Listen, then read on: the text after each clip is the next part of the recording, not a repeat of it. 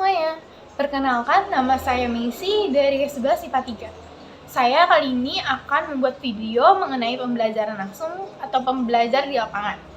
Pada awalnya, saya menyusun proposal belajar lapangan di Taman Mini Indonesia Indah. Namun, pada saat saya melakukan pembelajaran lapangan, Taman Mini Indonesia Indah sedang direnovasi, sehingga saya mengganti tempat pembelajaran langsung saya menjadi di Museum Sejarah Jakarta atau yang bisa kita kenal dengan Museum Fathahillah. Nah, apa sih alasan saya memilih Museum Sejarah Jakarta sebagai tempat pembelajaran langsung saya? Alasannya itu karena saya melihat bahwa semakin hari semakin banyak dan beragam tempat wisata yang buka yang membuat kalangan muda berbondong-bondong untuk mendatanginya. Hal tersebutlah yang membuat banyak kalangan muda menjadi jarang melirik atau bahkan tidak tertarik untuk mendatangi museum. Padahal museum ini juga bisa dijadikan sebagai tempat wisata. Museum yang merupakan tempat untuk mengoleksi benda-benda bersejarah, berusaha untuk mendekatkan diri dengan masyarakat. Selanjutnya adalah video pembelajaran langsung di Museum Sejarah Kota Jakarta. Selamat menyaksikan. Salam sejahtera untuk kita semua. Perkenalkan, nama saya Messi dan sekarang saya berada di Museum Fathahillah atau Museum Sejarah Jakarta untuk melakukan pembelajaran secara langsung mengenai sejarah Kota Jakarta.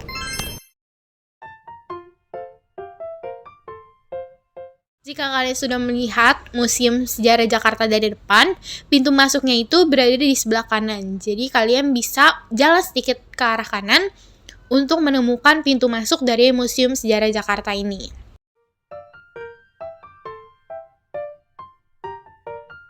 Di pintu masuk kita bisa membeli tiket dan untuk para pelajar tiketnya berharga Rp2.000. Di sini juga terdapat peta atau gambaran isi dari Museum Sejarah Jakarta.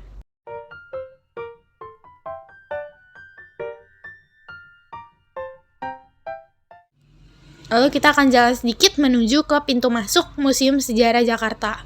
Setelah kita masuk, kita akan disuguhkan dengan penjelasan dan ada juga relief-relief dari peninggalan Kerajaan Tarumanegara.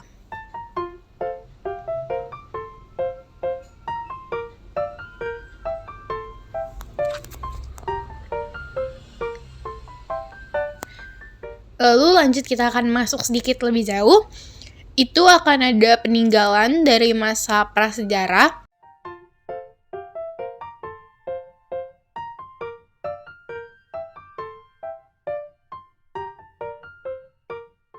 Ini merupakan gambaran dari lantai 2 Museum Sejarah Jakarta. Lalu kita akan masuk ke ruangan di mana yang akan menjelaskan dari Batavia ke Jakarta.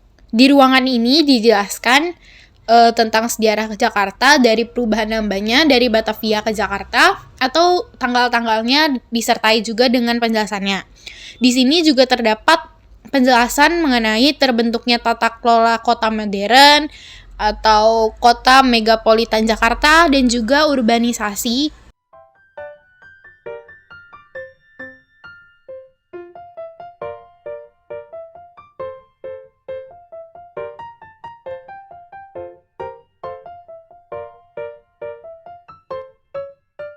Dan jika kita lurus lagi, kita akan masuk ke ruangan yang menjelaskan dari utara ke selatan.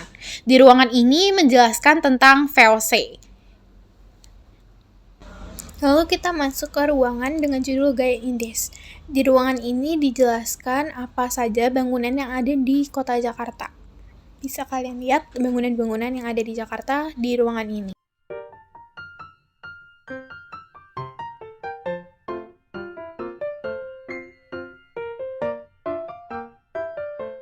Lalu ada ruangan yang dulunya digunakan sebagai tempat untuk interaksi dengan bangsa asing.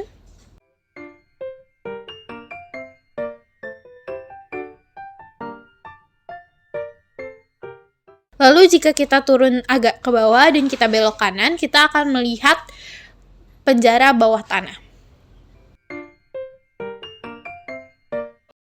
Selamat siang Pak, perkenalkan saya Messi dari SMA Santo Antonius. Saya ingin bertanya tentang Museum Kota Jakarta dan juga tentang Kota Jakarta. Sebelumnya Bapak boleh perkenalkan diri dulu Pak? Baik, terima kasih. Nama saya Slamet Bandi atau dipanggil dengan Pak Bendi di sini. ya. Saya di sini sebagai pemandu wisata Museum Sejarah Jakarta. Oke, Pak, saya mau nanya nih Pak, Bapak bisa nggak ceritain secara singkat sejarah dari kota Jakarta itu gimana sih Pak? Iya, jadi kalau untuk sejarah singkatnya gini. Jadi dulu sebelum menjadi Jakarta, wilayah kota Jakarta ini merupakan wilayah masih wilayah kerajaan Jawa, kerajaan Sunda ya. Tapi sebelum kerajaan Sunda adalah yang bernama Tarumanegara. Ya, Tarumanegara kemudian dijabat oleh seorang raja yang bernama Purnawarman. Nah, di situ ada peninggalannya ya. Ada Prasasti Ciaruten, Prasasti Kebun Kopi 1, kemudian ada Prasasti Tugu ya. Nah, yang menjelaskan tentang pembuatan dua buah sungai yang bernama Sungai Candrabaga dan Sungai Gemati tahun ke-22 Raja Tarumanegara memerintah.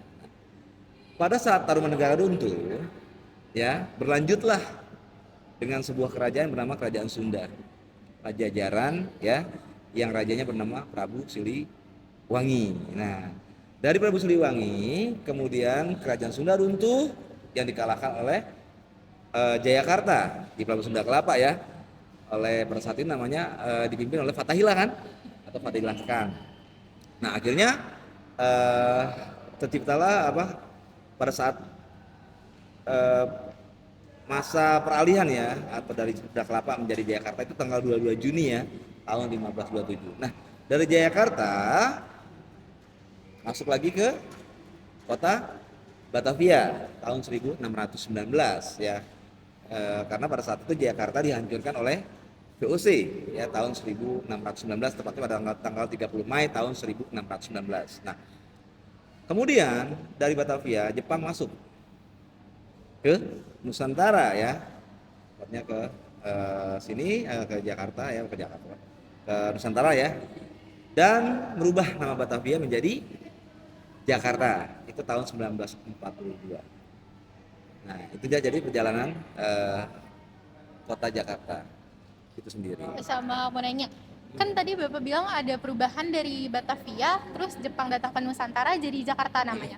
Itu ada dampaknya nggak sih Pak dari Batavia ke Jakarta itu namanya diubah? Iya, jadi dampaknya adalah kenapa sih? Karena gini, Jepang, ya kan, yang merubah kan Jepang ya, dari Batavia ke Jakarta. Jadi Jepang tuh ingin apa ya, memberikan sebuah nama dari pemenggalan kata dari Jayakarta. Maka sebutnya Jakarta, yang singkatan dari Jayakarta, ya. Dampaknya adalah pada masa itu memberikan kepercayaan kepada siapa? Kepada masyarakat Indonesia bahwa Jepang masuk itu dengan 3A-nya kan? Iya. Apa? 3A. Eh, Jepang pelindung Asia, Jepang cahaya Asia, Jepang pembebas Asia gitu kan ya. Nah, itu yang memberikan dampaknya itu. Berikan kepercayaan masyarakat. Namun pada akhirnya memang ya tidak selama Belanda ya, atau kalau Belanda kan 350 tahun ya, atau 3,5 abad. Kalau Jepang kan 3,5 tahun ya kan.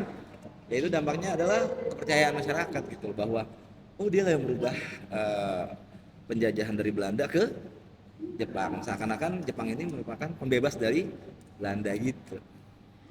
sama-sama mau nanya, kan tadi Bapak udah jelasin sejarah kota Jakarta sama pergantian nama-namanya. Menurut Bapak seberapa penting sih anak zaman sekarang, anak generasi muda sekarang lah tahu tentang sejarah kota Jakarta? Penting sekali gitu ya. Kenapa?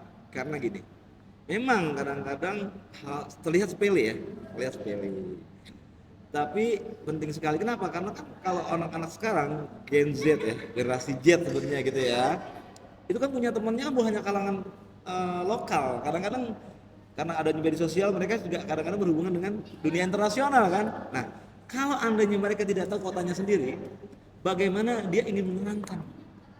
Tiba-tiba misalnya dari temannya dari Amerika atau dari Australia datang kemari untuk menanyakan tentang kota Jakarta, bagaimana sih kalau dia tidak tahu tentang kota Jakarta, apa yang harus dia sampaikan? Nah, makanya pentingnya sejarah tentang kota Jakarta atau kota-kota lainnya ya, itu untuk memberikan apa ya, pengenalan kepada dunia internasional maupun Nusantara sendiri gitu loh. Bahwa kadang Soekarno mengutip ya, bangsa yang besar gitu kan, bangsa yang harus mengenal sejarah bangsanya sendiri. Itu penting sekali gitu ya. Ya Pak, saya rasa cukup sekian. Terima kasih ya Pak atas Sama-sama. jawabannya. Kiranya sekian hasil dari pembelajaran langsung yang bisa saya sampaikan.